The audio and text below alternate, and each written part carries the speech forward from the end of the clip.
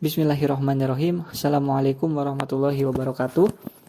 Saya Fatur Rahman Hasanuddin Negara, mahasiswa KPI Universitas Muhammadiyah Yogyakarta. Pada kesempatan kali ini saya akan menyampaikan video resume materi karakteristik kepemimpinan para Khulafaur Rasyidin. Sebelumnya, video ini dibuat untuk memenuhi ujian capaian pembelajaran mata kuliah Prophetic Leadership. Yang pertama ada Abu Bakar As-Siddiq. Abu Bakar As-Siddiq merupakan sahabat terdekat Nabi Muhammad SAW. Beliau juga merupakan sahabat yang menemani Nabi berhijrah dari Makkah ke Madinah. Selain itu juga beliau merupakan mertua dari Nabi Muhammad karena Nabi menikah dengan putri beliau yakni Siti Aisyah. Beliau juga mendapatkan gelar As-Siddiq. Setelah meninggalnya Nabi Muhammad SAW, beliau terpilih menjadi pemimpin untuk menghentikan Nabi Muhammad dalam melanjutkan tugas-tugas sebagai pemimpin agama dan kepala pemerintahan. Pengangkatan Khalifah Abu Bakar sebagai khalifah pertama ini dibilang sangat rumit dan sulit karena menimbulkan pertentangan antara umat pada saat itu, yang dimana pada akhirnya Abu Bakar diangkat menjadi khalifah yang pertama di balai pertemuan Bani Sa'idah melalui pembicaraan yang sulit dan terbuka. Pengangkatan tersebut disetujui oleh 5 tokoh yang mewakili kaum muhajirin, yakni ada Abu Bakar, Umar bin Khattab, dan Abu Ubaidah bin Zarrah, dan kaum Ansor, yakni ada Bashir bin Sa'ad, Abu An-Nu'man dari suku Kharaj, dan Usaid bin Hudair dari suku Aus. Prosesi pengangkatan Abu Bakar dilakukan dengan cara ahlu halil wal aqdi, yang artinya perwakilan dari kaum muslimin. Lalu pada masa kepemimpinan Abu Bakar dihabiskan untuk menyelesaikan persoalan dalam negeri, terutama tantangan yang ditimbulkan oleh suku-suku bangsa Arab yang tidak mau tunduk lagi kepada pemerintahan Madinah dan menimbulkan peperangan. Pemerintahan Abu Bakar juga merupakan pemerintahan pertama yang mengobarkan peperangan dan mempersenjatai bala tentara untuk membela hak-hak kaum kafir yang lemah. Selama ia menjabat sebagai pemimpin, ada beberapa pencapaian yang telah dicapai. Yang pertama ada perbaikan sosial, yaitu dengan cara memerangi kaum murtad, mengatasi orang yang tidak mau membayar zakat, dan memberantas nabi palsu. Yang kedua ada perluasan dan pembangunan wilayah Islam. Perluasan wilayah ini dilakukan ke wilayah Irak, Persia, Syria, Palestina, Roma, Damaskus, dan Yordania. Selanjutnya yakni pengumpulan ayat-ayat Al-Quran. Ini dilakukan karena banyaknya para penghafal yang wafat pada perang Yamamah, sehingga diusulkan pembukuan Al-Quran karena khawatir Al-Quran akan musnah. Selanjutnya, yakni Umar bin Khattab. Umar bin Khattab dilahirkan dari seorang ibu yang mempunyai nama Hantamah bin Hashim, bin Mughirah bin Abdullah bin Umar bin Makhzum, sedangkan ayahnya bernama Nufail al-Quraisy dari suku Bani Aidi. Nasab Umar radhiyallahu anhu bertemu dengan nasab Nabi Muhammad SAW pada Ka'ab ibn Lu'ay. Umar juga berasal dari kalangan keluarga terpandang suku Aidi yang termasuk rumpun Quraisy. Sebelum memasuki Islam, Umar lebih dahulu dikenal sebagai salah satu tokoh yang paling bertentangan dengan Nabi Muhammad. Namun pada tahun ke-6 kenabian barulah Umar masuk Islam. Pada saat itu Umar baru berusia 27 tahun. Umar mendengar berita bahwa adiknya Fatimah dan suaminya telah masuk Islam. Ia pun masuk Islam setelah ia membaca awal dari surat At-Toha. Ia merasakan ketenangan dan kedamaian setelah membacanya. Ia membaca ayat tersebut ketika meluapkan amarahnya kepada adiknya dan menemukan lembaran Al-Quran tersebut. Pengangkatan menjadi khalifah. Umar diangkat melalui rekomendasi atau wasiat dari khalifah sebelumnya, yakni Abu Bakar As-Siddiq. Pun melalui rekomendasi, Abu Bakar tetap memusyawarahkan keputusannya tersebut kepada para sahabat.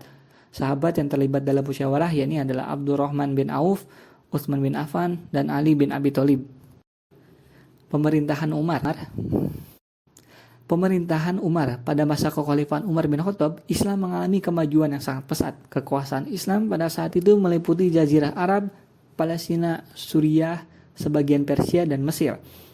Selama kurang lebih dari 10 tahun masa pemerintahan Khalifah Umar, Islam berhasil memperluas wilayah pengaruhnya ke wilayah-wilayah di luar Jazirah Arab melalui berbagai penaklukan yang dilakukan oleh pasukan-pasukan muslim di bawah komando Khalifah Umar. Lalu pada bidang ekonomi ia juga membuat 3 kebijakan. yakni pendirian lembaga Baitul Mal, lembaga Al-Hisbah, dan reformasi kepemilikan tanah sesuai dengan data yang ada.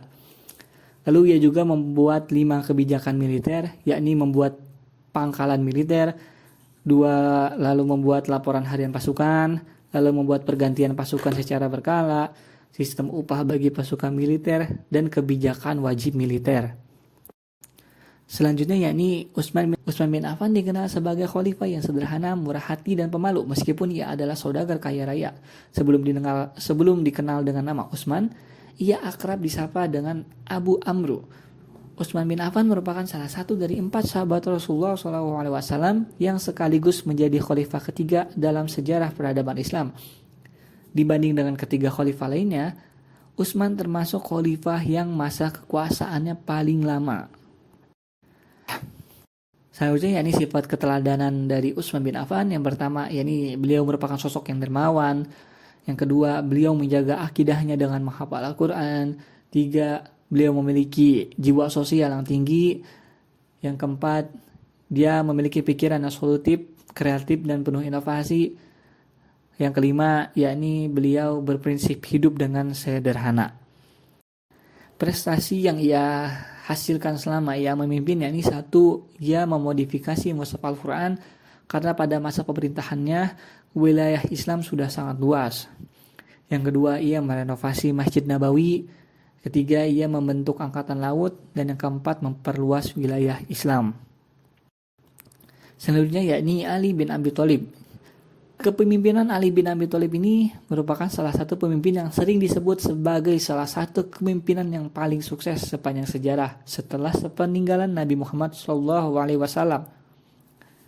Ali bin Abi Thalib sendiri merupakan salah satu sahabat kepercayaan Nabi Muhammad SAW yang setia dan mengerti benar watak Nabi Muhammad. Pada masa kepemimpinannya, tidak ada keterpihakan terhadap kaum apapun. Semua kaum dirangkul dan menjadi satu. Kaum lemah pun demikian, diberi perlindungan dan tidak ada penindasan. Semua tanah yang ada dibagi rata. Semua uang yang ada masuk Baitul Mal untuk kemudian dibagikan pada mereka yang membutuhkan. Pajak tidak terlalu dibebankan pada kaum yang tidak dapat membayarnya, namun lebih menekankan bagaimana membuat sebuah kemakmuran bersama. Karakteristik Ali bin Abi Thalib, yakni ia memiliki kebijaksanaan. Yang kedua, ia bersikap adil, berani, mampu mengendalikan diri. Beliau juga sangat mencintai Allah dan Rasulullah. Lalu juga beliau bersikap positif, pekerja keras, selalu bersyukur, dan rendah hati. Ada beberapa kebijakan-kebijakan yang beliau lakukan saat menjadi pemimpin. Yang pertama, yakni 1, mengganti sebagian gubernur yang diangkat pada kepemimpinan sebelumnya. Lalu 2, memberhentikan Abdullah bin Amir al-Hadrami, gubernur Basrah, dan menggantinya dengan Utsman bin Hunayf. Yang ketiga, kebijakan dalam bidang fikih siasah antara lain yaitu dalam 1, urusan korespondensi, 2, urusan pajak, 3, urusan angkatan bersenjata, 4, urusan administrasi peradilan. Demikian juga pada Perang Siffin ia memerintahkan pasukannya agar tidak mundur dari medan perang. Yang keempat, kebijakan dalam pemerintahannya adalah menarik tanah-tanah yang dulu oleh Utsman dihadiahkan kepada para pendukungnya dan hasil tanah itu diserahkan kepada kas negara. Sekian yang dapat saya sampaikan. Terima kasih. Wassalamualaikum warahmatullahi wabarakatuh.